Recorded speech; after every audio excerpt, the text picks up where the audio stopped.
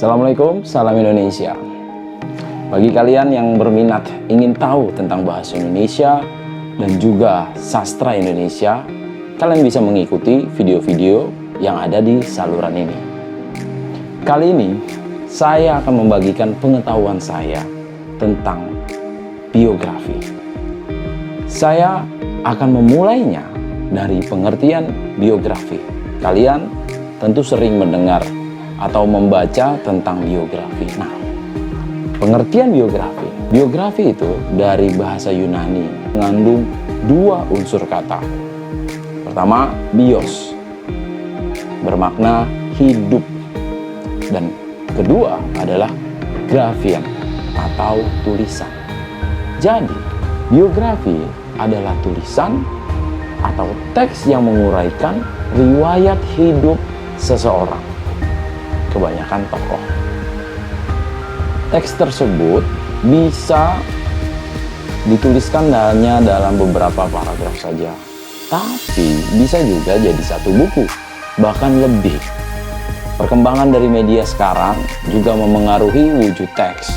Beberapa teks biografi akhirnya diwujudkan menjadi bentuk film. Contohnya yang baru-baru ini, misalnya film dari Ip Man, itu dari biografi seorang tokoh silat. Atau ada juga film yang berjudul The Social Network yang menceritakan tentang Mark Zuckerberg.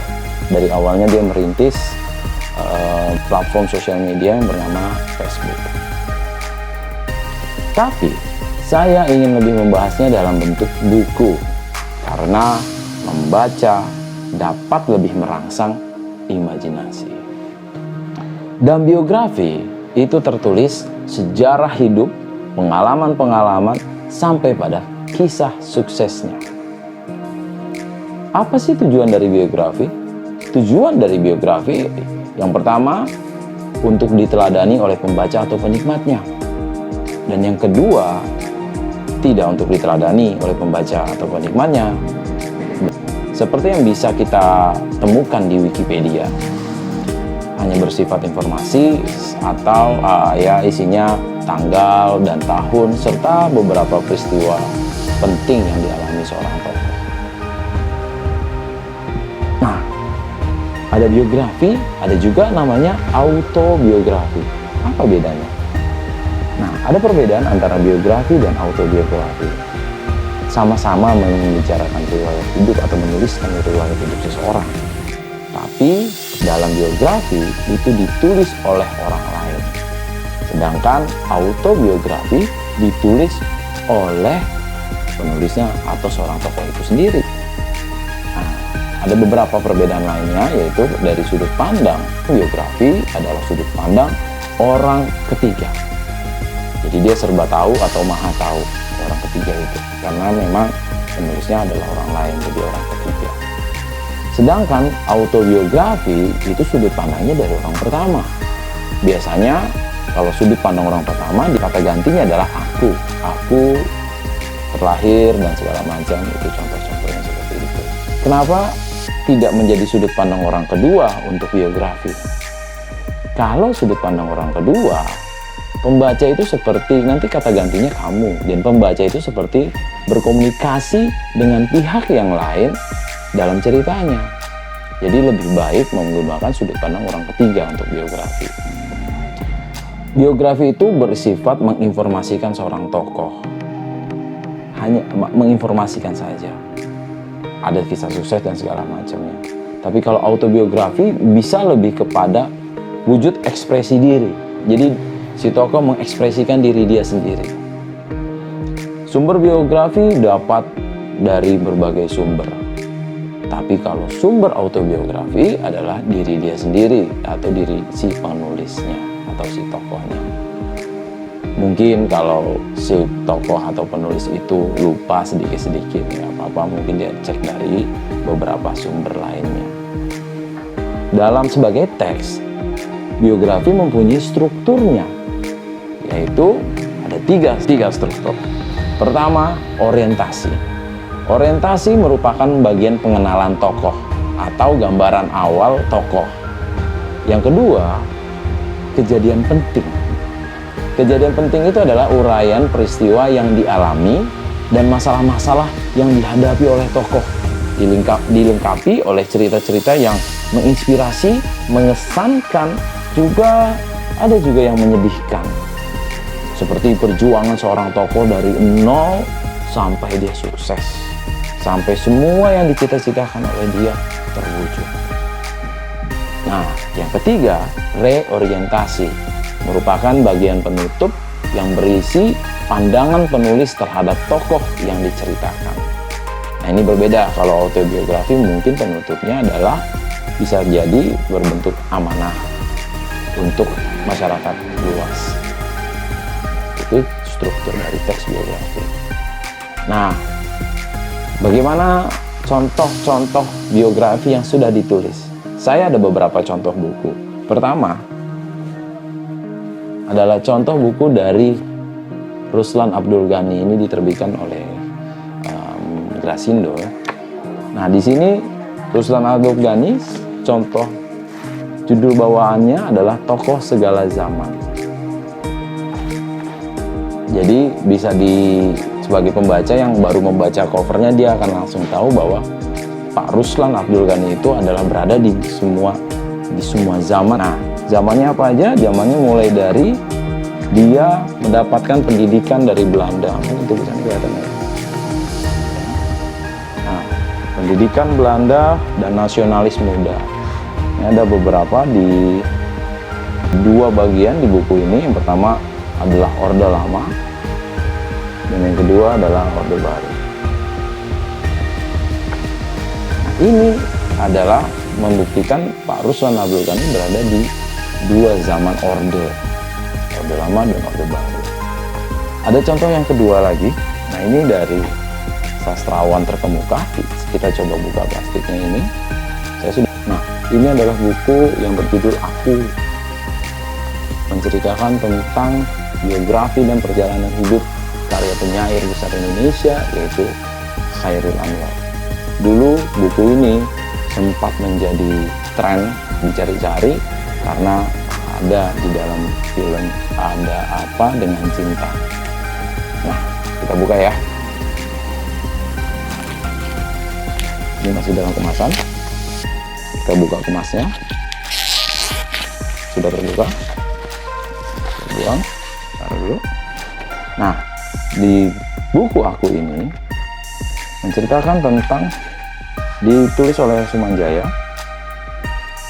Daftar isinya ada skenario aku, di sini ada.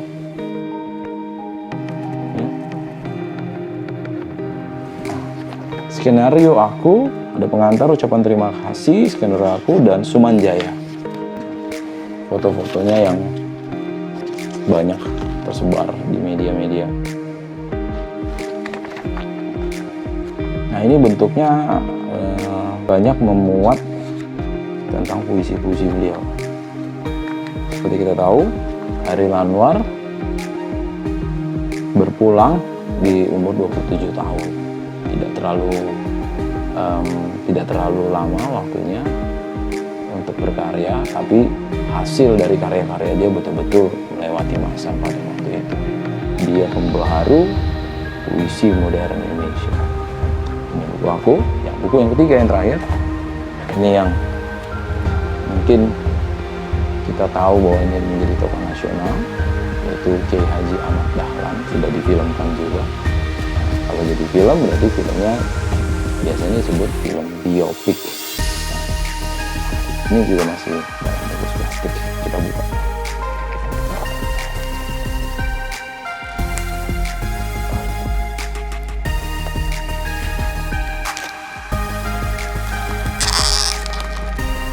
Nah, ada tulisan di sini Kiai Haji Ahmad Dahlan 1868 sampai 1923. Ya kan? Bukunya adalah 4 bagian. Yang pertama tentang pembaharuan pendidikan. Ya, kita tahu bahwa Kiai Haji Ahmad Dahlan adalah perintis lembaga pendidikan bernama Muhammadiyah. sampai sekarang lembaga itu berkembang dengan pesat, semua ada, menjadi rumah sakit juga, ada sekolah mulai dari TK, SD, SMP, SMA sampai universitas.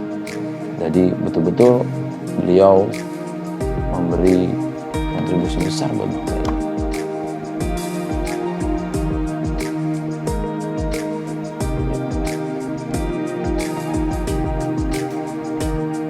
Ya, ini ada contohnya sampai ke dalam riwayatnya dari mulai pembaharuan, lalu mengganti jimat, dukun, yang keramat dengan ilmu pengetahuan. Ini kontribusi dia.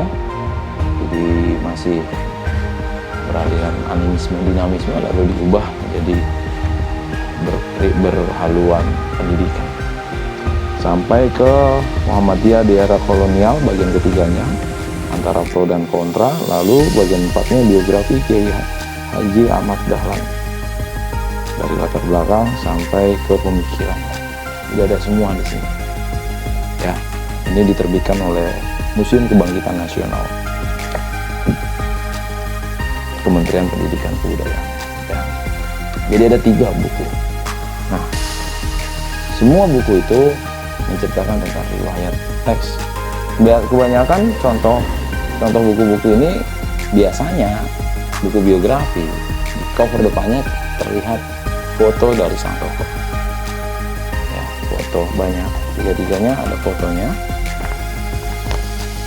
Ada foto juga. Pak Ruslan juga ada foto juga. Jadi ketiga-tiganya punya kesamaan foto. Mungkin menandakan bahwa ini adalah foto dari tokoh yang mau diulas di buku tersebut. Ya. Nah, yang terakhir, tips menulis teks biografi. Ya, jika kamu ingin menulis teks biografi, tidak ada salahnya. Coba kamu buat teks biografi sebanyak-banyaknya. Tapi, kamu awali dengan lingkungan sekitarmu, orang-orang yang terdekat yang menurutmu menginspirasi kamu. Lingkungan terdekat saat ini siapa? Bisa ayahmu, bisa ibumu, bisa kakek, bisa nenek, siapapun itu. Buat tulis semua tentang biografi beliau.